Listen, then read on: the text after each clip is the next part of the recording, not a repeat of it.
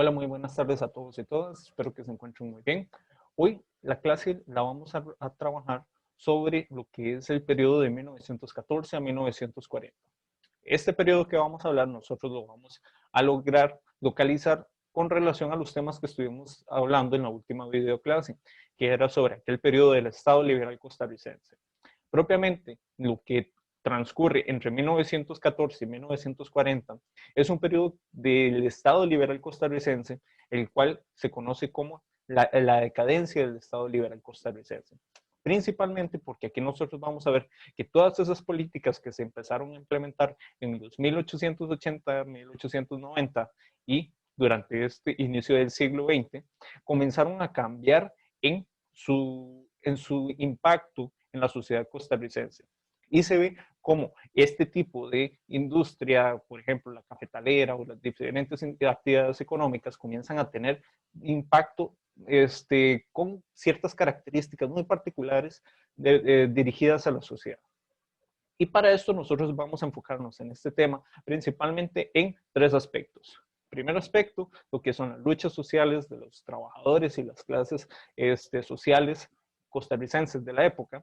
Vamos a hablar un poco sobre los cambios y las transformaciones electorales que se dan en Costa Rica a inicios del siglo XX y también lo que es el papel de la mujer dentro de la participación política. Entonces aquí lo vamos a ir viendo más como una cuestión electoral y propiamente lo que es manifestaciones del poder del pueblo dentro de la política costarricense de esta época.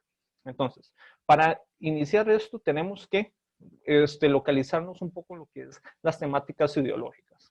Como ustedes lo habrán observado en educación cívica, durante inicios del siglo XX, y finales del siglo XIX, nosotros vamos a tener un gran crecimiento en el impacto de movimientos sociales que se van a dar en Europa y en América, que de alguna manera llegan a las formas de pensar o a la academia costarricense, al cerebro de los pensadores costarricenses. Muchas de esas ideologías venían motivadas principalmente por lo que eran las luchas de las clases trabajadoras en Europa contra lo que eran las grandes industrias, contra lo que eran el poder del capital de los dueños de los medios de producción. Y ahí es donde vamos a tener a personajes como Karl Marx y como Friedrich Engels, quienes escriben básicamente el texto que se conoce como el Manifiesto Comunista, además de otros tipos de textos o de libros que indican propiamente estas maneras de pensar por lo que actualmente conocemos como la lucha de clases. Entonces, estas formas de pensamiento van a ser directamente aplicadas en las condiciones sociales de muchas personas y de muchas situaciones alrededor del planeta. Entonces, a inicios del siglo XX, nosotros vamos a tener movimientos sociales de corte o de ideología de izquierda, conocida popularmente, como lo que fue la Revolución Rusa en 1917 y también la Revolución Mexicana, que se va a desarrollar aproximadamente dentro de 1910, 1913 y a lo largo de los 1910, etc. Entonces, aquí nosotros vamos a ver que las ideologías del comunismo, del socialismo y además una parte de ideologías anarquistas llegan a las mentes o a los oídos de los costarricenses que están en un gran descontento por las condiciones que se viven en el país durante este periodo. Tenemos que recordar que Costa Rica durante estas épocas se está enfrentando a las consecuencias económicas que está generando, por ejemplo, la Primera Guerra Mundial. Costa Rica, al ser un país que casi que exclusivamente se dedicaba a la producción y venta de café a nivel internacional, además de banano y otros productos como el cacao, que posteriormente fueron ganando más importancia, nosotros vamos a ver que esta dependencia a actividades agrícolas en periodo de guerra se convierte en un tipo de debilidad por esta interconexión o esta conectividad económica e interdependencia con el mercado internacional. Entonces, estas corrientes de pensamiento llegan a través de libros, a través de diarios, a través de diferentes manifestaciones, las cuales los trabajadores comienzan a formar su propia idea de lo que eran los derechos que se les debían conceder. Entonces, estas son algunas de las ideas que llegan a motivar estos movimientos sociales. Entonces, así es donde vamos a tener que durante la época de 1910 hasta 1930 y 1940 vamos a tener un crecimiento en la cantidad de movimientos sociales que hay en Costa Rica. Muchos de esos movimientos sociales comienzan en 1913 con la creación de la Confederación de Trabajadores, la creación de los primeros grupos sindicalistas en Costa Rica o propiamente organizaciones de trabajadores bien organizadas, valga la redundancia.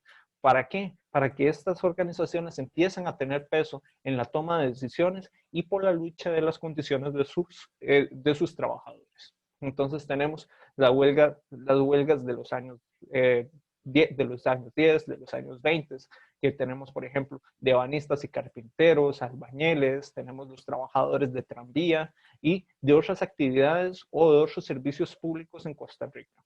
Entonces, nosotros vamos a ver que estos trabajadores eran principalmente del sector urbano, eran trabajadores que se dedicaban en maquilas, que se dedicaban en espacios artesanales o especializados.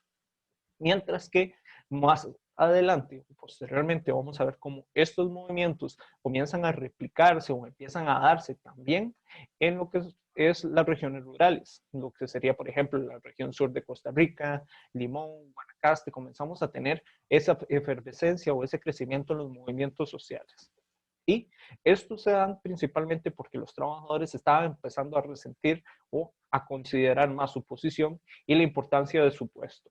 Y de ahí que quisieran mejores condiciones, mejores salarios, mejores horarios, para que se les garantizaran sus derechos y pudieran en algún momento alcanzar una mejor calidad de vida.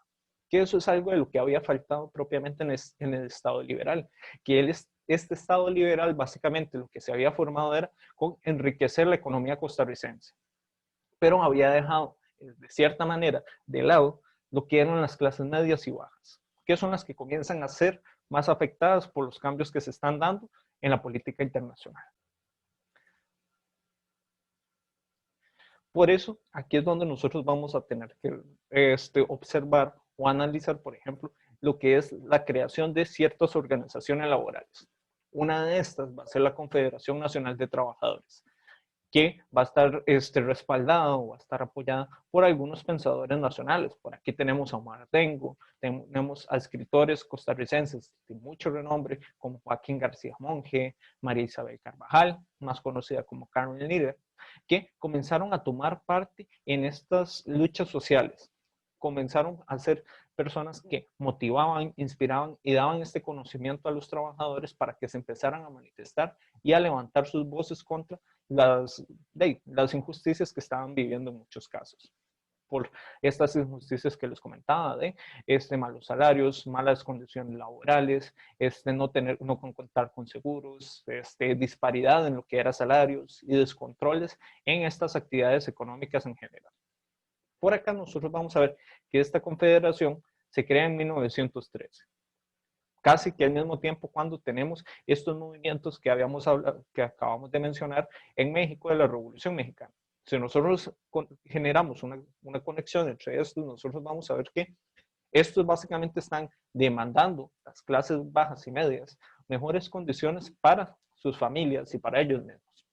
En México principalmente lo que se estaba también era buscando una reforma política por los gobiernos, el gobierno autoritario que estaban viviendo y además buscaban una reforma agraria en la cual las personas con menos recursos tuvieran mayor acceso a la tierra para poder trabajar y mejorar sus condiciones. Y aquí nosotros vamos a ver que comienzan a unirse en esta confederación diferentes gremios en diferentes sectores del país. Cuando hablamos de gremios, estamos hablando específicamente de trabajadores que se dedican a una actividad en específico. Y estos comienzan a generar un tipo de organización, un tipo de conciencia social que vamos a ver más adelante. En materia de las luchas que se van a mencionar por acá, tenemos las primeras menciones de jornadas de trabajo dignas. O sea, aquí es donde comienza a hablarse de aquella idea de por qué no luchamos por una jornada de 8 horas, una jornada diferenciada para la hora nocturna.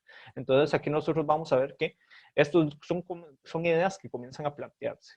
¿Por qué? Porque muchos de los trabajadores de esta época trabajaban 20, 30 horas y básicamente nosotros vamos a ver que estas personas terminaban molidas porque sus condiciones no les permitían tener calidad de vida. Trabajaban 12 horas en una fábrica, salían de lo que se conocía el trabajar de sol a sol y propiamente con un salario mínimo.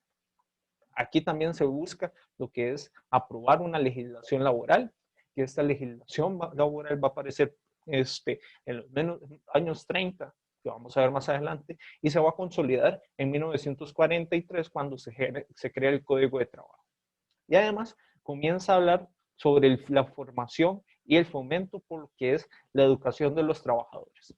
Nosotros vamos a ver que en este caso estaba dirigido a que las actividades técnicas o las que conocemos actualmente o las actividades artesanales, por ejemplo, como zapateros, costureras, carniceros, ebanistas, etcétera, esto se convirtiera en una labor con un tipo de formación especializada para tener una mayor calidad. Entonces era básicamente estaban buscando que existieran centros de capacitación para las personas con este tipo de habilidades, que es algo muy similar a lo que vamos a ver que posteriormente se implementa con lo que es la creación del Instituto Nacional de Aprendizaje, más conocido como el INA, o a nivel más profesional, con lo que sería en el caso de las universidades públicas, que lo que es la parte más académica. Entonces ahí nosotros vamos a ver que estas son algunas de las luchas que comienzan a demandarse por acá.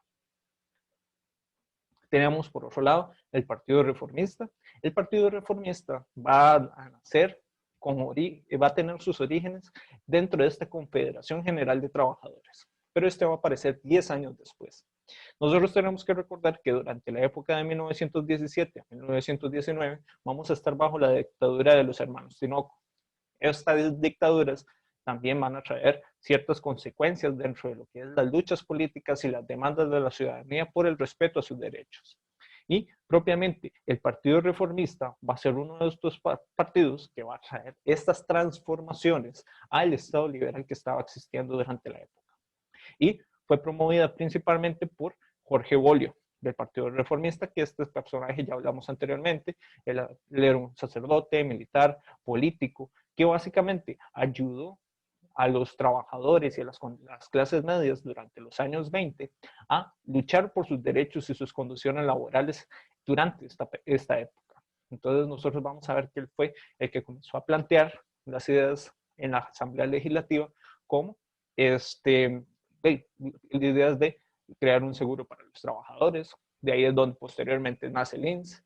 Tenemos lo que es la creación de una jornada de 8 horas, crear horarios diferenciados y pago de salarios justos, por ejemplo, para las mujeres y para los niños, entre otras condiciones.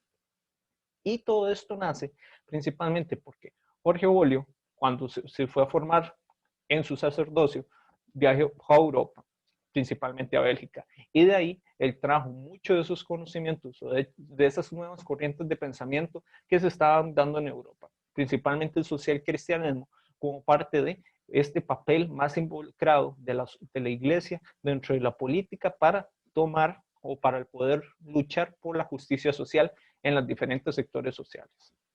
Valga la redundancia. Y posteriormente vamos a tener la creación del Partido Comunista. El Partido Comunista se crea en 1932.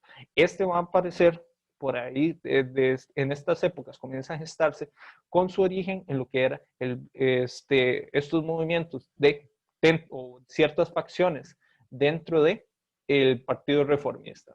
De hecho, Mora en algún momento fue militante del Partido Reformista, pero por las alianzas que realizó Jorge Bolio con Ricardo Jiménez Soriamuno, él básicamente comienza a decir o comienza a separarse de estas corrientes del Partido Reformista, porque básicamente estaba pensando que estaba aliándose con el gobierno para no cumplir todas estas luchas y demandas sociales. Manuel Mora va a ser un personaje que va a estar muy activo durante la política nacional costarricense y básicamente va a tener un papel muy importante en lo que es la presentación de las ideas de izquierda, conocidas popularmente, o las ideas socialistas en la política costarricense. Y de ahí que él fuera el que ayudara en la época de los 40 a luchar por lo que es esta gestación, el establecimiento de las garantías sociales que más adelante estudiaremos. Y posteriormente, el Partido Comunista pasó a llamarse el Bloque de Obreros y Campesinos, y más adelante vamos a tener que comience a llamarse también Vanguardia Popular. Y va a recibir ciertos cambios en su administración y en sus funciones, principalmente por el contexto de Guerra Fría que nos vamos a encontrar en Costa Rica durante la época de los 40, 50 en adelante. Aquí nosotros tenemos un poco lo que es los gremios de artesanos, sindicatos, y otros tipos de labores. Los artesanos, como les decía antes, son aquellos trabajadores especializados en las regiones urbanas. Principalmente un artesano va a ser aquel que tenga una función, un trabajo, por ejemplo, de una labor técnica muy específica. No es artesanos como los imaginamos específicamente ahora, que son aquellas personas que hacen, por ejemplo, una pintura o que hacen un souvenir, sino que ahora vamos a estar hablando de artesanos, que eran personas que se dedicaban a labores que no necesariamente eran de conocimiento general. Por ejemplo, alguien dedicado a la herrería, entonces era una persona que era considerado artesano por su forma de trabajo. Luego tenemos los gremios, que como les decía, eran este grupo de trabajadores de un mismo oficio, ya sea abogados, zapateros, tabacaleros, herreros, etcétera, que comienzan a organizarse propiamente para buscar ciertos derechos o ciertas conveniencias para su labor específica. Entonces aquí vamos a tener que muchos de estos logran asociarse o logran generar un tipo de comunicación gracias a las condiciones que les permitía su trabajo. Por ejemplo, en una finca cafetalera tenemos una persona por allá en una fila de café, por allá tenemos otra persona en fila de café, y la comunicación entonces no es tan constante o no es tan dinámica. En cambio, dentro de un taller de zapateros, dentro de una maquila, dentro de una fábrica de ropa, las personas van a tener una posibilidad de comunicar sus ideas más rápidamente y generar mayores vínculos. De ahí es donde comienzan estas ideas a moverse con mayor rapidez dentro de la ciudadanía. Y como les decía, estos gremios muchas veces, ahorita tenemos un gremio de zapateros en San José, tenemos otro en Heredia, tenemos otro en Alajuela, que estos básicamente comienzan a organizarse entre ellos. Y de ahí es donde aparecen estas federaciones o posteriormente, como habíamos visto, confederaciones de trabajadores. También tenemos los sindicatos que en Costa Rica comienzan a aparecer como parte de estas demandas de los trabajadores para poder oponerse a las condiciones que en muchos casos les planteaban, interponían sus patrones. Entonces aquí nosotros vamos a ver que esto va a tener una influencia ideológica externa, muchas veces traído de Europa por aquellas ideas del socialismo y comunismo que hablamos anteriormente, y además con lo que es las ideas de crear organizaciones generales para que los trabajadores luchen por sus derechos. Entonces, esto es lo que hace es despertar una conciencia común sobre la labor que están realizando. En cambio, nosotros vamos a ver que no todo se iba a dar de la misma manera. Cuando estamos hablando de estos gremios o estos sindicatos, los vamos a encontrar principalmente en el Valle Central en Costa Rica. ¿Por qué? Porque era donde teníamos la mayor cantidad de población y las condiciones económicas de cierta manera lo permitían. Pero estos sindicatos o estas ideas posteriormente se fueron trasladando hacia las regiones o a las costas más lejanas de Costa Rica. Por ejemplo, entonces, en los movimientos obreros que comienzan a darse en las fincas bananeras de la United Fruit Company, tanto en Limón como en la zona sur. También tenemos lo que es la aparición de algunos movimientos principalmente de los trabajadores en las minas o en los trabajadores obreros en Costa Rica, en lo que es avangares, bagaces, etc. Y también tenemos que todavía la zona norte no estaba tan ocupada, pero era un periodo en el que se estaban estableciendo ahí algunas actividades. Vean que principalmente donde teníamos mayor conflicto con estos movimientos laborales eran en las zonas del Pacífico Sur, el Pacífico Central y Limón, principalmente por la gran influencia que tenía la United Fruit Company sobre las personas o sobre las circunstancias de los trabajadores en estos sectores del país. Y, como les digo, entonces tenemos por un lado los trabajadores de las bananeras en el Caribe y en el Pacífico Sur principalmente vamos a tener los trabajadores dedicados a lo que eran la palma de aceite y propiamente el cacao y otras actividades que se produjeron durante inicios del siglo XX en Costa Rica, en el Pacífico Sur. Luego tenemos algunas características del sistema electoral costarricense. Nosotros vamos a ver que el sistema electoral costarricense comienza a transformarse durante la época de 1870 hasta 1930 aproximadamente. Principalmente vamos a tener ciertos cambios que se van a ir transformando con el tiempo. En 1871 se establece una de las constituciones políticas en Costa Rica, después de la toma por Tomás Guardia, y aquí nosotros vamos a ver que se comienzan a poner algunas condiciones para que se vaya involucrando la gente, pero tenía muchos requisitos, como ser más de 21 años, saber leer y escribir, entonces eso ya excluía a muchísimas personas de la población, ser propietario de al menos 500 pesos o tener un ingreso de 200 pesos anual, que eso para muchos trabajadores de fincas o muchos artesanos del país era muy, muy, muy difícil lograr acceder a ese monto porque los ingresos no se los permitían. También nosotros vamos a ver que estaba propiamente destinado a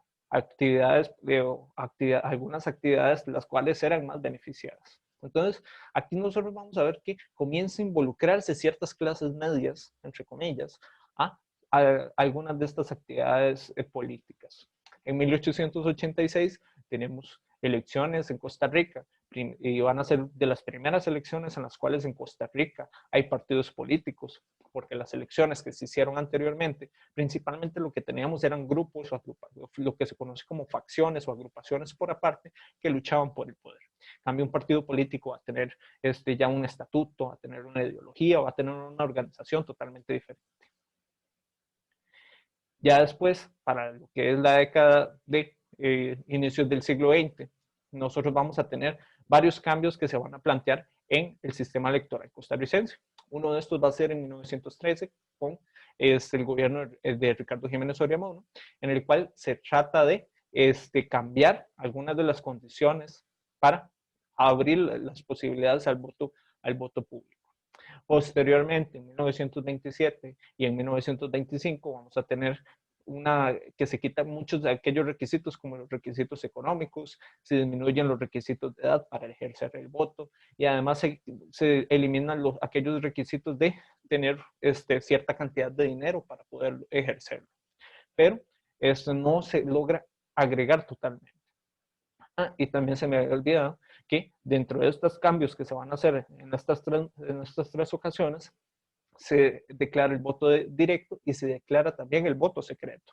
Y entonces eso ya cambia el panorama totalmente de cómo se van a tomar estas decisiones. Entonces, aquí estas condiciones de voto eran muy importantes. ¿Por qué? Porque las personas cada vez estaban teniendo más conciencia de su situación. Entonces empezamos a tener trabajadores que no eran necesariamente solo jornaleros, ahora estaban personas teniendo un mayor acceso a la educación después de la reforma educativa del 86. Luego tenemos que comienzan a tener una mayor participación por la cantidad de ingresos que comienzan a variar. No era lo mismo del trabajo que tenía una persona que trabajaba en una finca cafetalera al ingreso de una persona que se dedicaba a elaborar zapatos o a elaborar ropa en un taller. Aquí nosotros vamos a ver que esto va a generar un incremento en lo que es el ingreso de algunas personas y una mayor estabilidad en ciertas condiciones. Entonces, pero aquí todavía vamos a ver que se discriminaban las personas con menos ingresos, entonces no era totalmente universalizado el voto. Aquellos que no tenían trabajo, que tenían trabajos mal pagados, básicamente no tenían la oportunidad de tomar decisiones de quiénes son los que nos están gobernando.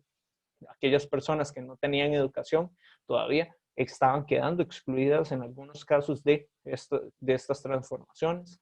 Y las mujeres, los indígenas, los afrocostarricenses, muchas veces todavía no eran ni considerados ciudadanos. Entonces aquí nosotros vamos a ver que estos son algunas de las cuestiones que van también generando ese descontento social que se manifestaba en las huelgas, en las manifestaciones, en las revueltas populares. Y los millonarios muchas veces eran los que elegían a su propio gobierno, lo que conocíamos como aquel Olimpo en el gobierno, eran propiamente personas cafetaleras que tenían un interés en la política y que la política les funcionara a ellos también. Aquí vamos a tener tres momentos muy importantes en lo que es la participación de la mujer en la política costarricense. Antes hablamos de que en 1923 se creó el Partido Reformista por Jorge Bolio. Y este partido nosotros vamos a ver que comienza a darle una mayor voz a lo que es la participación femenina. De hecho, muchas de las marchas que se hicieron contra la dictadura de Federico Tinoco fueron apoyadas y fueron organizadas por mujeres que estaban interesadas en el bienestar de sus familias y su participación como ciudadanas. Entonces, las mujeres en el Partido Reformista no necesariamente tenían el derecho de votar, pero su interés les hacía a que ellas ayudaran a hacer la propaganda por un candidato, a distribuir papeletas de votación, a buscar la participación de las personas y organizar propiamente estas expresiones de la política, lo cual hacía que cada vez empezaran a tener mayor relevancia dentro de lo que era la toma de decisiones. Entonces aquí nosotros vamos a ver cómo se fueron abriendo su espacio dentro de este proceso, dentro de los procesos políticos, en una sociedad que muchas veces las discriminaba, y nosotros podemos encontrar caricaturas que salían en los periódicos que se burlaban de cómo sería un gobierno si las mujeres pudieran votar. Entonces ahí nosotros vamos a ver que tenían que luchar todavía contra ese tipo de posiciones que existían en la sociedad. Luego tenemos lo que es la Liga Feminista. Se crea unos meses antes, inclusive, que el Partido Reformista de Jorge Bolio. Y nosotros vamos a ver que estas comenzó a estar organizado principalmente por las mujeres que pertenecían a cierta clase media, media alta, que eran principalmente maestras, personas que tenían capacidad de estudiar o de tener algún tipo de conocimientos, y estaban influenciados por estas ideas y conocimientos muchas veces traídos de Europa. Entonces, maestras muchas veces comenzaron a ser vocales en estos movimientos sociales. De ahí es donde vamos a tener, por ejemplo, a Carmen Lira, vamos a tener a como Emma Gamboa, y además de otras personas que fueron vocales dentro de este tipo de movimientos de la Liga Feminista. Y que, como vamos a ver, ellas abogaban o buscaban ese apoyo al sufragio femenino, comienzan a plantear las ideas de que luchaban no solo por el voto, sino de igualdad ante los hombres. Entonces vean que esto es un problema que se viene muchas veces viviendo desde casi siempre, en el cual las mujeres todavía siguen desgraciadamente luchando por tratar de tener las mismas condiciones que un hombre. Entonces ahí nosotros vamos a ver cómo la sociedad ha sido injusta a través de tanto tiempo en no darles este papel tan relevante que tienen para la política internacional y para la política nacional. También vamos a ver que, aparte de buscar por la igualdad de derechos, también eran muy importantes su rol como los mismos grupos o estas mismas agrupaciones veían el papel de las mujeres, y tanto de las madres de familia como de las docentes, que eran parte esencial de la formación de los ciudadanos. Entonces aquí nosotros vamos a ver que esto era muchas de las perspectivas tanto que tenían las mujeres y de las condiciones en las que vivían en una Costa Rica que no les respetaban sus derechos. Y posteriormente tenemos lo que es la creación del Partido Comunista. Vamos a tener que, dentro de esta participación política, vamos a tener a personajes como Carmen Lira, Adela Ferretto, Lilia Ramos, Luisa González, que muchas de estas van a ser intelectuales, escritoras, que propiamente son las que lucharon por estas reivindicaciones sociales, por que se cumplieran estas luchas para este grupo de la ciudadanía. Entonces aquí nosotros vamos a ver que estas luchas buscaron mejorar la calidad tanto de la educación y las condiciones de las trabajadoras maestras, y propiamente lucharon por tener una voz política, que esta voz política no se les concedió sino hasta 1949 con la Constitución de la Segunda República. Entonces aquí nosotros vamos a ver que esto comienza a establecer muchos de los panoramas de las necesidades que se comienzan a dar. O sea, fueron casi 20 años después de la creación del Partido Comunista que las mujeres empiezan a tener una mayor participación o empieza a reconocérseles su presencia en la toma de decisiones políticas. Y bueno, para ya más o menos hacer un pequeño cierre, esto es lo que nosotros nos vamos a encontrar en esta perspectiva, lo que es la década de Costa Rica antes de la década de 1940. Como les decía, tenemos influencia internacional, por ejemplo, de la Revolución Rusa y cómo esto va a ser de que empiezan a aparecer enfrentamientos ideológicos en Costa Rica. Vamos a tener las luchas obreras de los 20, de los inicios del siglo XX también. Entonces aquí nosotros comenzamos a ver que esto comienza a transformar la forma, la manera en la que la ciudadanía comienza a percibirse dentro de la política costarricense. Y además vamos a tener ciertos cambios, principalmente económicos, también en la sociedad costarricense, muchas veces motivados por crisis económicas como la del 29 o la Primera y la Segunda Guerra Mundial, que también fueron acciones importantes dentro de lo que era la transformación política. Y lo que veremos en la próxima clase es propiamente aquellos detalles de la década de 1940, de cómo muchas de estas transformaciones o de estas luchas sociales se llegaron a convertir en parte de las políticas costarricenses. Entonces, si tienen dudas, si tienen preguntas o consultas, más adelante me pueden escribir y me pueden contactar y yo con mucho gusto les atenderé.